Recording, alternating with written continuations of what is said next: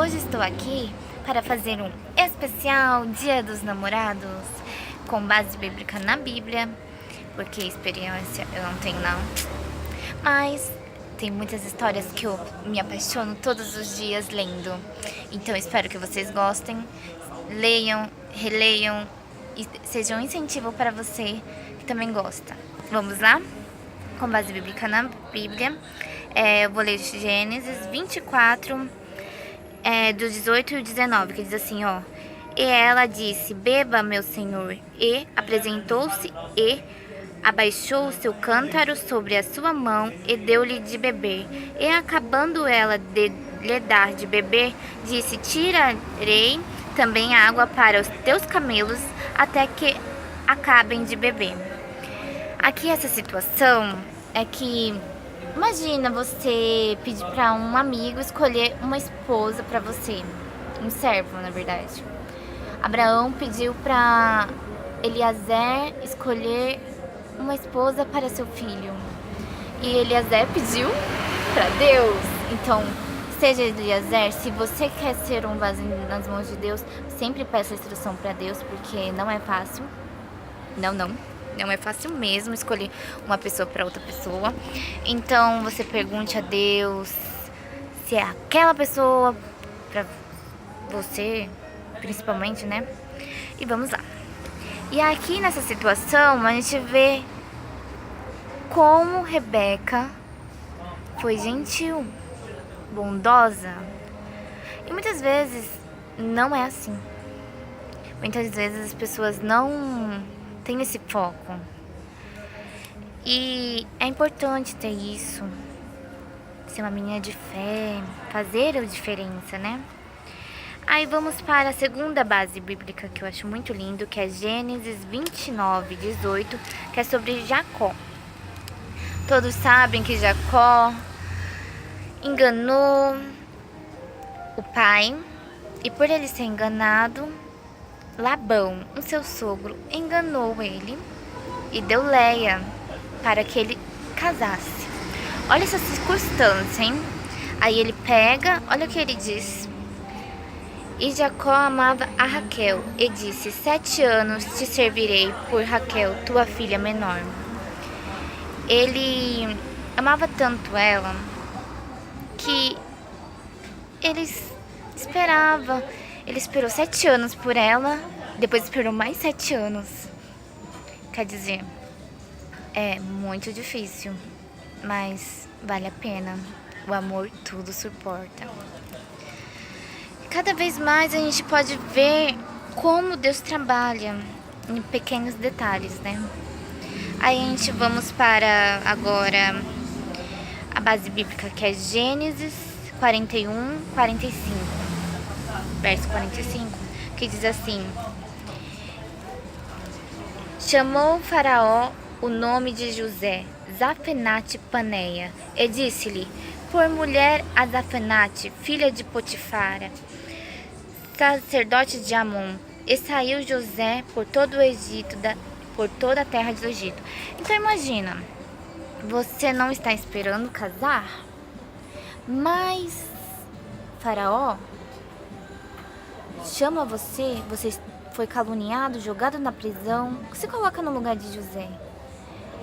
E ali ele está amargurado, triste, não pensa nem na circunstância de se casar, ter alguma mordomia, não.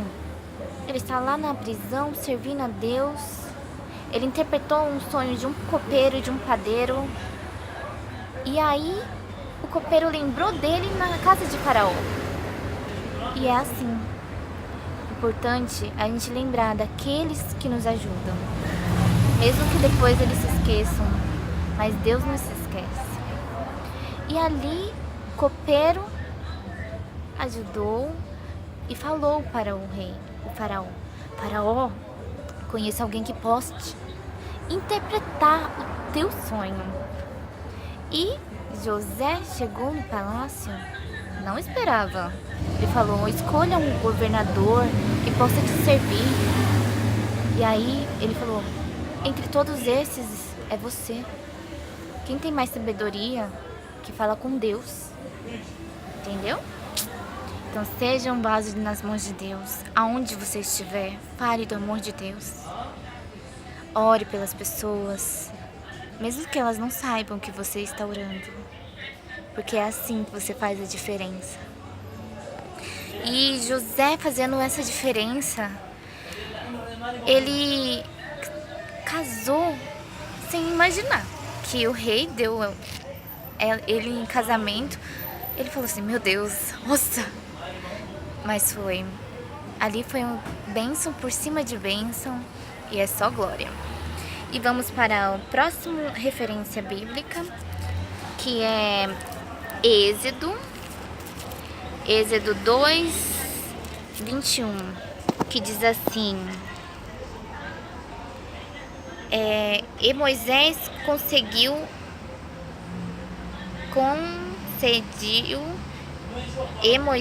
concediu em morar com aquele homem, e ele deu a Moisés sua filha Zípora.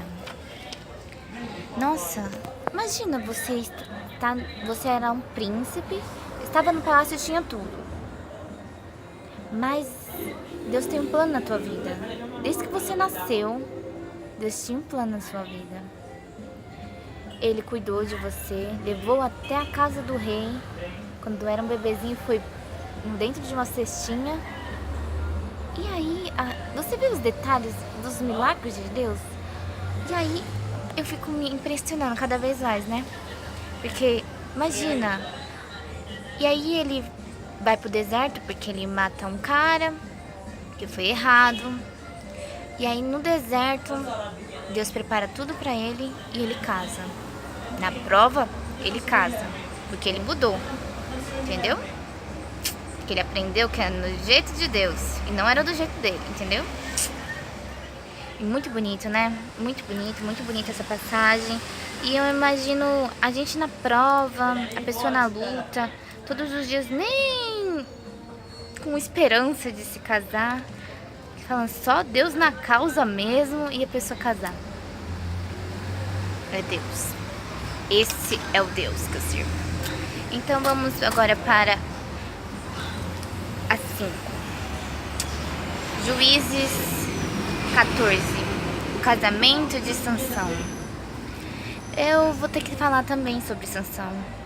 Sansão, ele tinha todas as meninas da aldeia dele e ele não queria ninguém. Ele queria do povo de outro povo. E isso foi o errado.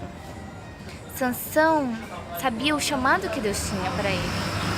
Ele escolheu a pessoa errada para estar ao lado dele. Muitas vezes a gente quer escolher fazer, não, é do meu jeito e não do jeito de Deus. Aí Deus pega e puxa e fala assim, é do meu jeito. E aí a pessoa fala, não, é do meu. E aí acontece o que aconteceu com Sansão. Depois, quando você tiver tempo, leia a história de Sansão, que é muito forte mesmo. Porque Sansão, ele tinha todas as oportunidades de estar na presença de Deus. Deus deu 2 oportunidades. Antes dele cair com Dalila, ele casou primeiro.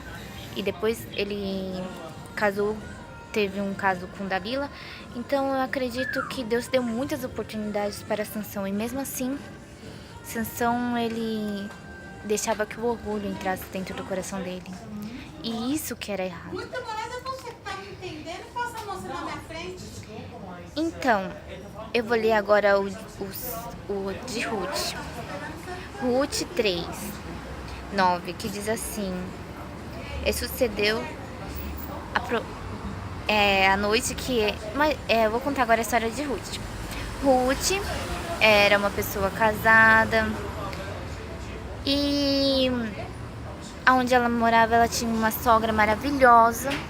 Só que os 2 filhos, o marido dela morreu e Noemi, que é a sogra dela, fica viúva. E aí pede pra Ruth voltar pra terra dela, ficar com os pais, porque ela não tinha nada para oferecer. E Ruth, sem interesse, ela olhou assim e falou pra sua sogra, seu Deus é o meu Deus. Imagina você ter um amor incondicional pela sua sogra. Muitos falam sogra, mas sabe, quando eu leio essa passagem bíblica, eu entendo o quanto a gente tem que amar nossa sogra como fosse nossa mãe. Como a gente tem que ter carinho, compaixão da dor. Ela não queria que a sogra dela ficasse sozinha. Então ela falou assim, o teu Deus é o meu Deus, aonde tu dormir eu vou dormir.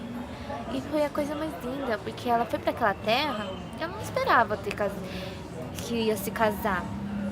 Mas ela foi e ela falou assim, eu acho que Deus, naquele momento que ela falou, teu Deus é o meu Deus, Deus olhou assim e falou assim, agora eu vou fazer um plano em tua vida. Então é coisa mais linda ver o agir de Deus nos mínimos detalhes. Quando eu leio a Bíblia eu entendo como Deus trabalha. E a gente fala, só a gente não, na hora não tá entendendo, a prova é difícil, mas na hora a gente não entende, mas depois a gente entende e fica com um sorriso. Que é só Deus na causa e fala assim, eu tô abençoado. Mas e aqui, pelo conselho de sua sogra, ela foi até os pés de Boaz. E olha o que ela fez. E sucedeu que pela meia-noite, Ruth 3:8, que diz assim, ó. E sucedeu que pela meia-noite o homem estremeceu e se voltou. E eis que uma mulher jazia aos seus pés. Imagina o susto de Boaz. E disse ele, quem és tu? Ela disse, sou Ruth, tua serva, estenda, pois a tua aba sobre a tua serva, porque tu és meu remidor. Quando eu leio essa passagem bíblica, eu falo assim, nossa, eu não sei se eu teria essa coragem, mas eu acho tão lindo, porque ela confiou nele e ele teve estratégia para conseguir casar, porque até então, senão ela teria que casar com outro. Aí o indivíduo teve que tirar a sandália do pé, a sandália do pé, senão ela não poderia casar com ele. Imagina? Deus é lindo. E vamos lá. E aí vamos para a próxima referência bíblica, que é outro forte, que é sobre Mical. 1 Samuel 18:20. E Mical, a filha de Saul, quer dizer, a filha de Saul ama a Davi e casa com ele. Então, eu li só a referência em cima, o título desse versículo, mas quando você for ler sobre a história de Mical e Davi, você vai perceber que Deus não estava nisso. Desde o começo era coisa do homem. Muitas vezes as pessoas se casam porque podem, e muitas vezes Deus não está nisso. Você já parou para pensar? Meu Deus, misericórdia. Casar só porque eu tô podendo e não porque Deus está nisso? Aí nada vai pra frente. O negócio é triste. Então vamos para agora a referência 8. Sabe qual é a referência? Acabe reina e casa com Jezabel.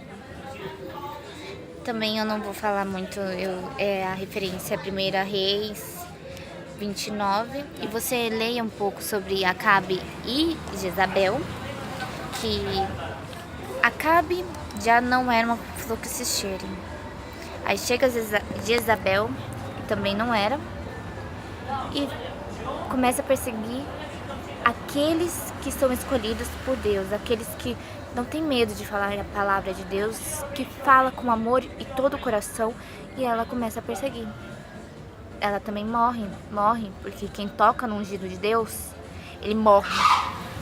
Então não toque no ungido de Deus, porque senão morre com lepra. E ela morreu, porque ela achava que ela era tal, que ninguém ia tocar, mas não. Deus sente a dor dos filhos. A gente sabe que esse casamento não era de Deus, porque Era um homem banana e uma mulher abacaxi. Uma mulher que se achava. Então, eu acho mesmo que essa referência você tem que ler e saber que você fala assim, não, essa mulher eu não vou querer ser.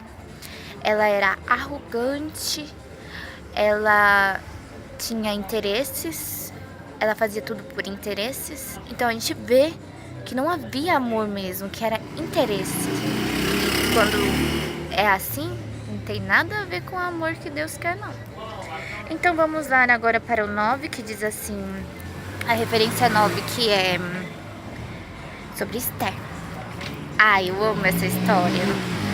Aí a parte que eu grifei pra gente ler é Esther 2:17, que diz assim: e o rei amou a Esther mais do que a todas as mulheres, e ela alcançou perante ele graça e benevolência, mais do que todas as virgens, e pôs a coroa real na sua cabeça e a fez reinar em lugar de Vaste. Eu já falei um pouquinho sobre Esther, mas eu vou dizer: o agir que Deus teve na vida de Esther, em pequenos detalhes, só mostrou o quanto Deus trabalha por aquele que esperam. Pois Esther já tinha uma idade e ela queria se casar, mas não era o tempo. E falava assim: eu vou esperar o tempo certo, eu vou confiar em Deus. Então Esther foi assim uma referência que eu tenho de todo o meu coração, que eu falo assim, nossa, é verdade, Esther. Então vamos para a próxima referência bíblica, que é Jó. Aí você fala assim, Jó, Larissa, Jó. Se você já leu a Bíblia ou não, hoje eu vou contar um pouquinho sobre Jó. Jó foi um homem que tinha tudo, tinha filhos, terra, ele era muito próspero e perdeu tudo e ficou doente. E aí ele tem uma esposa, essa esposa, ela, na hora da dor dele, ela fala assim, amaldiçoa teu Deus e morre. E Jó disse assim, vai pra lá, sua louca. Imagina a cara de Jó. Oxi, em vez de falar, me ajudar, essa mulher sem sabedoria. Mas foi com a mesma esposa que depois de toda a luta, ele teve de novo os filhos. Não foi com outra, foi com ela mesmo. Ela passou a luta com ele e ela prosperou novamente quando Deus, no tempo de Deus, com ele. Então, quando eu leio Jó, eu entendo que tá na luta, com seu esposo, sua esposa, vai dando glória a Deus, vai confiando em Deus, porque é com ele mesmo, não é com outra, que Deus vai te abençoar. É com ela, ou com ele, dependendo de quem está escutando. Então, aqui Jó, Jó 42:10.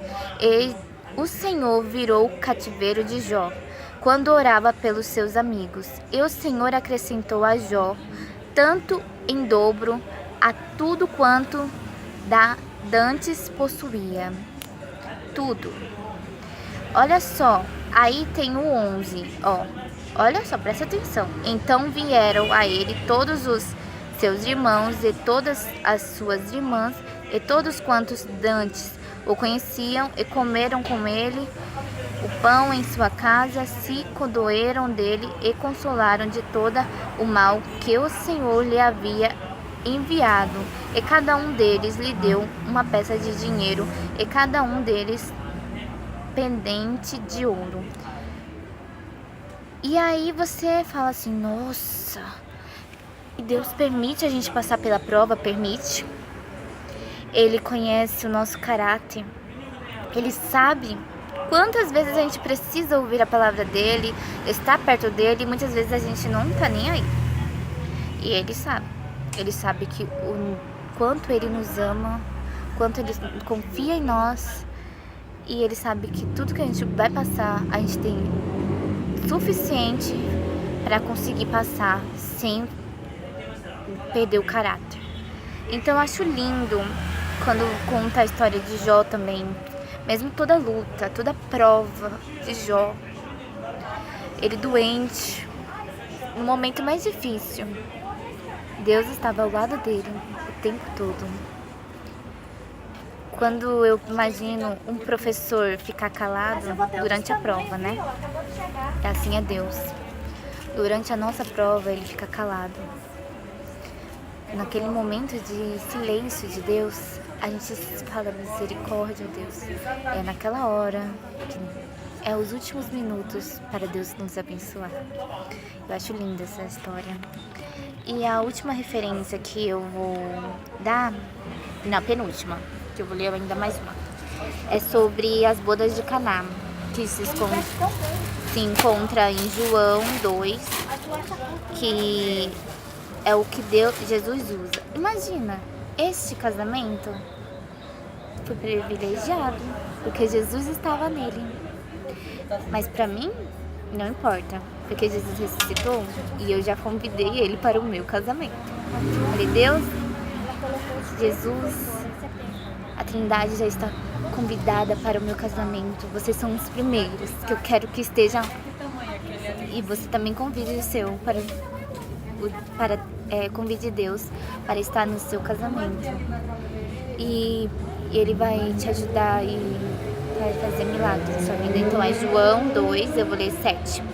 Disse-lhe Jesus, enche de água essas talhas, e encheram-as até em cima.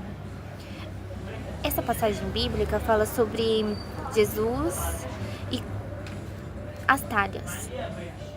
Sabe aquilo que ninguém dá valor? Para Deus tem valor. E eu acho lindo porque as talhas, para quem não sabe, era o balde que lavava os pés. Então, Deus lavou as talhas e usou as talhas. Aquilo que para ninguém tem valor, para Deus tem. Então, muitas vezes você olha e fala assim, Deus, eu não tenho valor, eu não tenho talento para te servir. Saiba que Deus tem um propósito na tua vida e você vai ser, sim, se você quiser, um instrumento nas mãos de Deus. Então, faça o melhor para Deus e o resto Ele vai cuidar. E eu acho lindo essa passagem, porque você imaginar que para Deus nada é impossível, nada é impossível. Naquele casamento faltava vinho. Imagina se na passagem bíblica fala que se no casamento falta alguma coisa, quer dizer que vai faltar em tudo no resto do casamento. Então, eles ficaram aflitos, né? Eles nem imaginaram, não, porque não deixaram que nem os noivos ficassem aflitos, porque Jesus tinha já tomado conta daquela situação. Então, imagina, você tá num casamento e faltar alguma coisa. E aí Deus toma conta daquela situação. É assim que temos que confiar. Eu acho linda essa passagem bíblica. E a última passagem bíblica que eu vou ler é 1 Coríntios 13, que fala sobre o amor. 13:4, que diz assim, o amor é sofredor, é benigno, o amor não é invejoso, o amor não trata com leviandade e nem se emborberece. Errei. O amor é sofredor, o amor não é invejoso, o amor não trata com leviandade, nem se emborberece, nem se porta com indecência, não busca os seus interesses, não se irrita, não suspeita mal, não folga com a injustiça, mas folga com a verdade. Tudo sofre, tudo crê, tudo suporta, tudo espera. É o amor. Então, espero que vocês tenham gostado das referências. Compartilhe, se inscreva no canal.